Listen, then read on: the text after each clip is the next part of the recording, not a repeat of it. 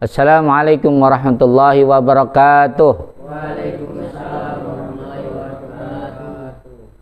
Bismillah, alhamdulillahilladzi an'ama bi ni'matil imani wal islam. Wassalatu wassalamu ala sayyidil arabi wal ajam wa ala alihi wa sahbihi ya nabil ulumi wal hikam. Amma ba'd. Apa kabar pemirsa dan pecinta Istana Ilmu Sabir Rahim di mana saja berada?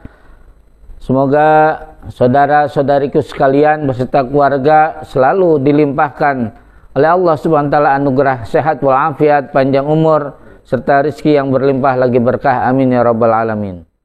Jumpa lagi dengan saya Cep Heri Syarifuddin, pengasuh Pondok Pesantren Sabir Rahim Mekarsari Cilengsi Bogor, dalam kajian fikih kitab Safinatun Najah. Sebelum kita lanjutkan kepada kajian selanjutnya, kita hadar dulu suratul Fatihah pada pengarang kitab supaya kita dapat ilmu manfaat lagi berkah. Amin ya rabbal alamin. Bismillahirrahmanirrahim. Al-Fatihah darati sabil kitab Syekh Samir al-Drami wa syariha Syekh al-Bantani wa jami'i ulama'il mustahidin wa muqallim fiddin wal musannifin muhlisin wal nahwin sarfin mukra wal fuqal muhaddis wasirin sadati sufit magigin jami' masyayina usan yajil yasurhiyat cipasin tasik malaya wa jami'asin hadatul ulama' Soan Qasim Asari wa Qibisan Suri wa Qibasbullah wa jami masyaiha wa rasaiha Soan Bamin Jubair wa jami awlil kiram Sultan Aulia Syabla Qadi Jalani Qadi Sultan Jisan Al-Grim Yang Al-Darajan Fil Janta Qasyam Barahbal Maghfirah wa yang bana bilang barakati man bari masrarim fidin wa dunya wal akhirah syaulillahi lana walahumul fatihah. A'udzubillahi minasyaitonir rajim. Bismillahirrahmanirrahim. Alhamdulillahi rabbil alamin. Ar-Rahmanir-Rahim Maliki yaumiddin iyyaka na'budu wa iyyaka nasta'in ihdinas siratal mustaqim siratal ladzina an'amta 'alaihim ghairil maghdubi 'alaihim waladdallin rabbighfir lana wa liwalidina amin. Bismillahirrahmanirrahim. Faslun mujibatul ghusli sittatun. Bermula ini itu satu pasal.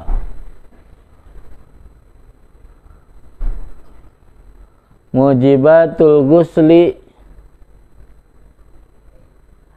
bermula yang mewajibkan mandi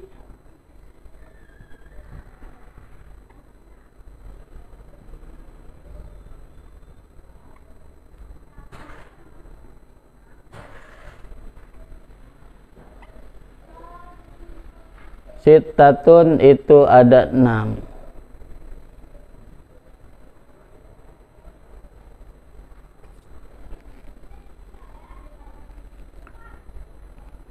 Ya, jadi pasal yang akan kita kaji adalah tentang penyebab-penyebab seseorang wajib untuk mandi junub ya, atau berhadas besar.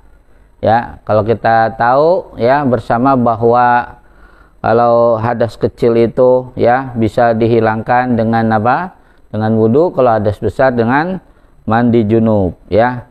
Nah itu. Jadi karena alasan apa saja seseorang itu wajib untuk mandi junub.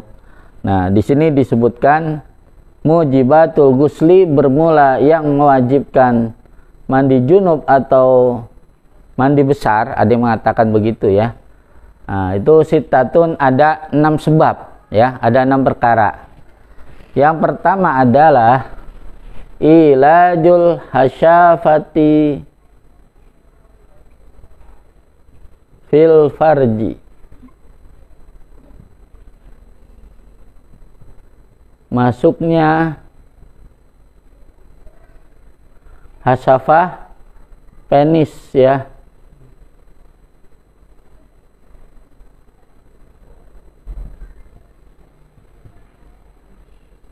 fil farji pada farji kemaluan wanita.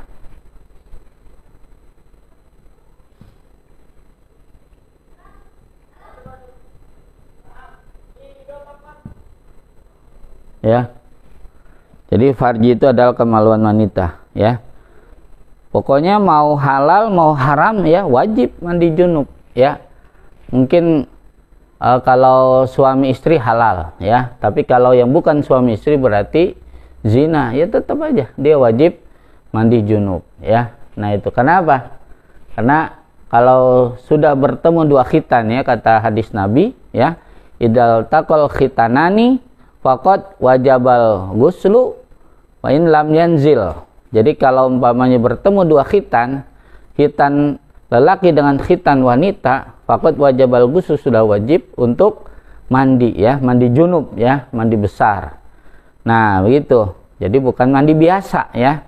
Beda kalau mandi biasa mah nggak usah pakai niat menghilangkan hadas besar lagi nih ya. Kalau mandi biasa ini mah mandi junub, jadi niatnya juga apa? Menghilangkan hadas besar nanti ya. Ntar ada di bagian rukun-rukun mandi ya. Nah itu. Jadi kita sekarang fokus kepada apa? Penyebab-penyebab mandi junub itu ya. Jadi kalau sudah ketemu apa? Khitan laki-laki dengan khitan wanita ya. Jadi kalau khitan laki-laki itu hukumnya adalah wajib ya. Kenapa? Karena itu kan kotoran ya. Nah itu. Jadi kalau laki-laki belum dikhitan, jadi bekas-bekas kencingnya itu kan nempel ya di kulupnya itu ya. Jadi istilahnya dia masih membawa kotoran. Sedangkan kalau sholat kan harus apa? Harus bersih dari najis ya. Maka kalau ingin sholatnya diterima, ya itu najisnya harus dihilangkan. Jadi dengan cara dikhitan ya. Nah dan khitan ini sebagaimana kita tahu bersama adalah syariat dari Kanjeng Nabi Ibrahim alaihissalam ya. Beliau dikhitan pada usia 70 tahun ya, dengan kapak ya, motongnya juga dengan kapak. Waduh, nggak kayak sekarang ya pakai laser gitu ya, atau dengan teknologi yang lain lah yang langsung bisa pakai celana katanya begitu kan. Kalau dulu Nabi Allah Ibrahim alaihissalam pakai kapak ya, masya Allah. Jadi ini sangat ya itu ini ya beresiko juga sebenarnya gitu ya.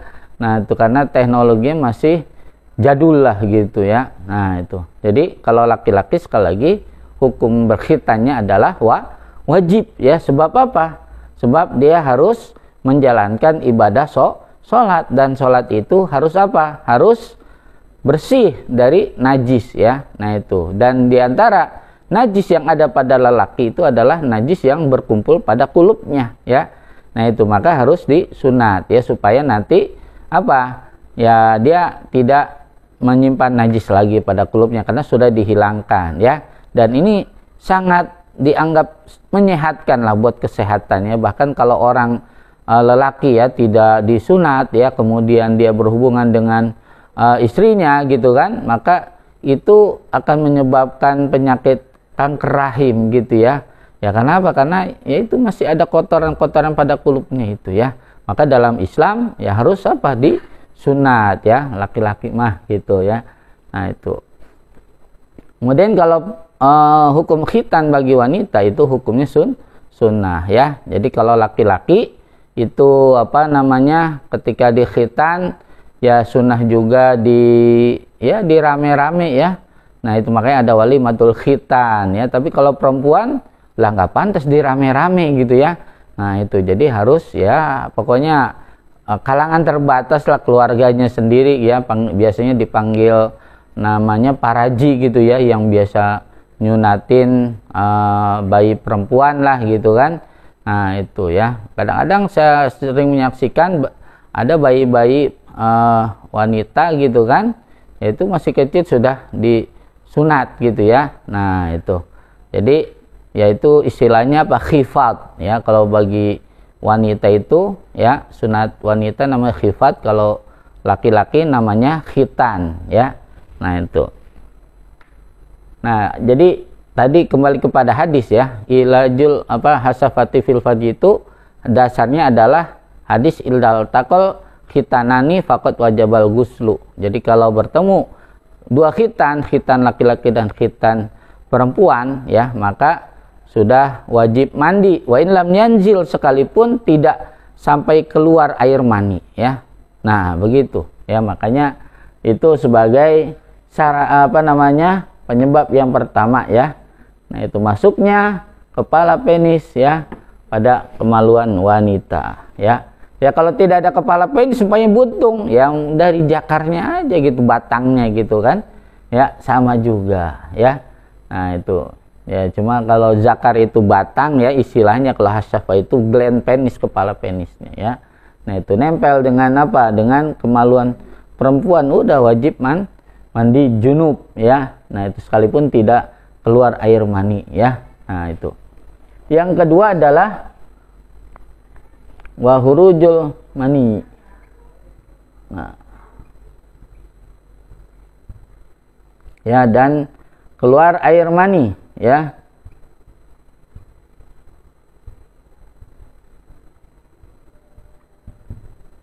Nah, ini yang kedua, keluar air mani. Ya, ini bisa juga terjadi pada lelaki dan perempuan ya. Nah, itu. Kemudian yang juga bisa terjadi antara laki dan perempuan ada wal mautu ya. Nah, mati ya. Ini sebab yang keenam ya. Nah, itu. Jadi ini sebab mandi junub yang bisa terjadi pada lelaki dan wanita. Jadi ada 3 ya.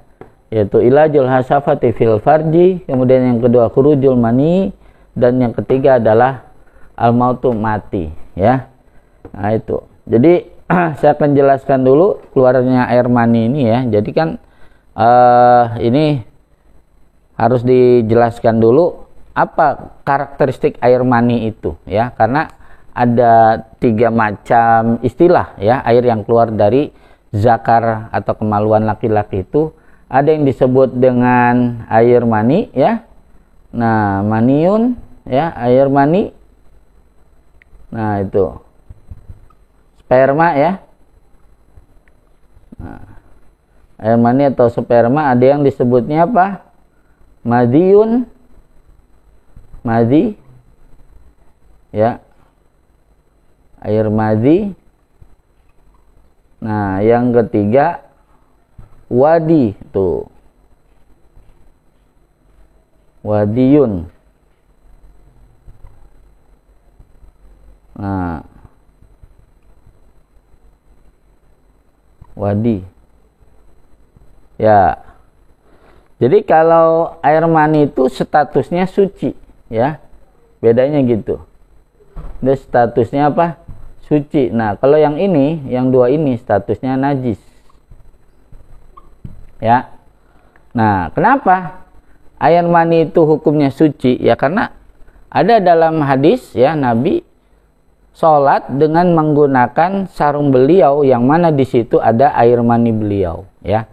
Bukan berarti Rasul jorok, enggak. Itu menunjukkan bahwa air mani itu suci. Makanya ketika nempel pada sarungnya Nabi, Nabi pakai sarung itu untuk sholat. Berarti apa? Oh, enggak najis gitu ya. Maka hukumnya air mani adalah suci ya. Dan lagi pula manusia itu kan diciptakannya dari air mani gitu ya. Nah, itu. Jadi kalau air mani najis ya berarti kita najis dong ya. Nah, begitu. Jadi apa? Ya, sekali lagi ya, hukumnya air mani adalah suci ya. Nah, karakteristiknya apa? Ya, itu muncrat ya. Apa namanya? Ya, keluarnya muncrat tuh. Ya, saat keluar. Ejakulasi lah. Ya, dalam kurungnya apa? Ejakulasi. Tuh, ya. Jadi apa namanya? Syahwatnya sudah tinggi gitu, sehingga pas keluar itu apa? Muncrat. Nah, gitu ya. Itu sifat dari apa? Dari air mani ya. Nah, sifat air mani. Yang kedua adalah apa? Merasa lezat. Tuh. Merasa lezat saat apa? Saat keluar. Ya, enak gitu ketika mengeluarkan air mani itu ya, merasa lezat. Nah, itu ya, sifat dari air mani itu. Kemudian kalau masih basah ya, Kalau masih basah dia seperti apa? Nah, seperti bau adonan roti ya. Bau adonan roti. Nah, tuh. Ya, terus kalau kering, ya kalau sudah kering, nah itu seperti apa? Putih telur ya. Nah, seperti putih telur. Nah, itu karakteristik apa? Karakteristik dari air mani itu, ya. Nah, itu. Jadi yang pertama ya ejakulasi ya, muncrat saat keluar, kemudian merasa lezat saat keluarnya, lalu kalau masih basah seperti bau adonan roti ya. Nah, itu. Terus kalau kering, nah itu seperti apa? Putih telur ya, bobodas endau gitu ya, putih telur. Nah, itu. Nah, beda kalau mazi. Kalau mazi ini dia meleleh ya. Meleleh dia mah ya, meleleh. Tuh. Ya, meleleh. Gitu ya. Kenapa meleleh? Ya karena apa? Syahwatnya setengah ya. Tidak pol ya. Kalau ini kan syahwatnya pol. Ya, jadi kalau mazi itu meleleh dia. Ya. Gitu. Karena apa? Karena syahwatnya rendah gitu, enggak pol gitu kan. Basah sih basah gitu kan, tapi apa? Ya enggak muncrat gitu ya. Nah, itu. Ya. Ya mungkin ada lejat-lejat dikit lah gitu kan, tapi enggak selejat mengeluarkan air mani gitu ya. Nah, itu. Ya umpamanya apa? Ya kalau laki-laki kan ngedengerin cerita apa namanya yang berbau porno gitu kan, yang jomblo-jomblo kan umpamanya itu ya, terus apa tuh keluar gitu kan, lelehan gitu, basah gitu kan, tapi nggak ngegejrot ya. Itu namanya mazi, najis tuh ya. Jadi harus dicuci ya. Ya celananya, kalau kena celana, sarungnya kalau kena sarung cuci ya, karena najis mazi itu ya. Sebabnya apa? Nggak ngegejrot ya, nggak muncrat itu ya, karena itu tadi ya, syahwatnya nggak pol ya, nggak tegangan tinggi ya, masih apa, menengah ke bawah lah ya, begitu. Sehingga cuma lelehan aja ya, basah-basah tapi ngeleleh gitu ya. Atau dia itu apa, ini yang ketiga, wadi ya, wadi nidal ya, wadi ya. Wadi itu apa ya? Air juga yang keluar dari zakar laki-laki ya, tapi apa ya, dia itu biasanya ini ya setelah kencing ya. Nah, setelah kencing biasanya suka ada air apa, air sisa gitu ya, sisa-sisa kencing gitu ya, tuh keluarnya gitu ya, ada ya bekas-bekas kencing dikit-dikit tuh ya, itu wadi, itu najis ya.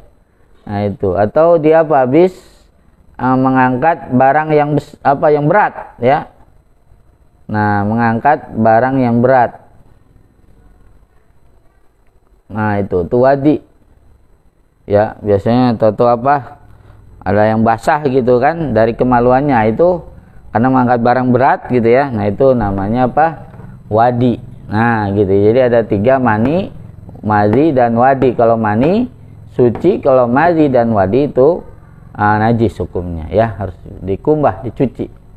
Nah, itu ya. Jadi ketika apa, seorang laki-laki atau perempuan keluar mani ya, apakah dia mimpi, bisa jadi ya keluar gitu kan, mimpi jima gitu kan, wet dream ya, mimpi basah, atau umpamanya orang istilahnya apa, sudah melihat tontonan yang tidak senonoh gitu kan. Nah, langsung apa, keluar air mani gitu kan. Wah, gitu ya. Nah, atau umpamanya dia apa tuh ya, dipaksa keluar gitu kan, dionani gitu kan, dilocok umpamanya ya, sama juga wajib mandi gitu ya. Nah, itu ya, itu beda kalau umpamanya cuma lelehan doang, nggak ngegejrot. Nah, itu namanya mandi ya, nggak kudu mandi ya. Kalau mazi dan wadi ini tidak harus mandi ya. Nah, tidak harus mandi tuh ya. Jadi hanya apa, hanya dicuci aja karena najis ya, tidak harus mandi. Kalau mani ini apa? Wajib mandi ya.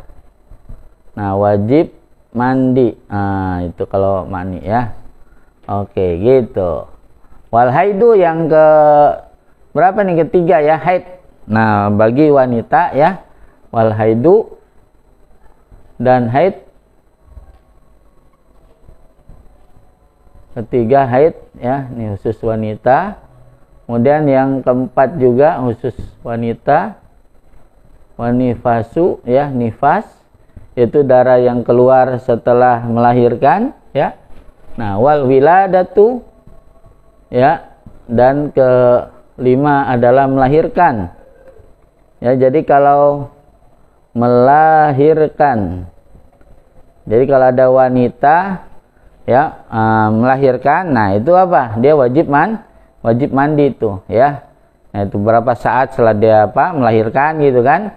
Nah, setelah dia sudah mulai ya kuat untuk turun gitu kan, untuk ke kamar kecil ya umpamanya, dia wajib mandi itu karena dia melahirkan ya. Nah, itu kenapa ya? Karena yaitu bayi itu kan hasil dari air mani gitu kan ya. Nah, itu jadi makanya sama aja dia ngeluarin air mani yang mengkristal menjadi bayi gitu. Jadi makanya ya, makanya ketika melahirkan yaitu dia wajib mandi ya. Nah, itu. Dan yang terakhir adalah wal mautu, mati ya. Nah, itu. Jadi baik laki perempuan, nah itu kalau mati dia harus dimandikan ya. Nah, itu. Mudah-mudahan ada manfaatnya. Hadanallahu wa ikum ajmain. Wassalamualaikum warahmatullahi wabarakatuh.